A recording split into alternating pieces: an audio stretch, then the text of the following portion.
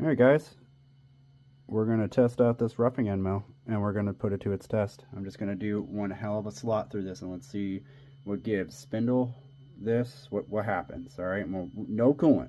Alright, just because.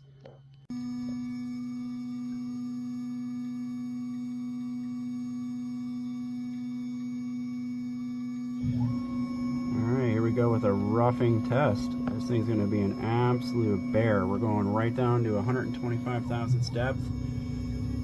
And we're going to see if this thing can just do a full slot. Half inch down. Use more load. Hell yeah. How's that?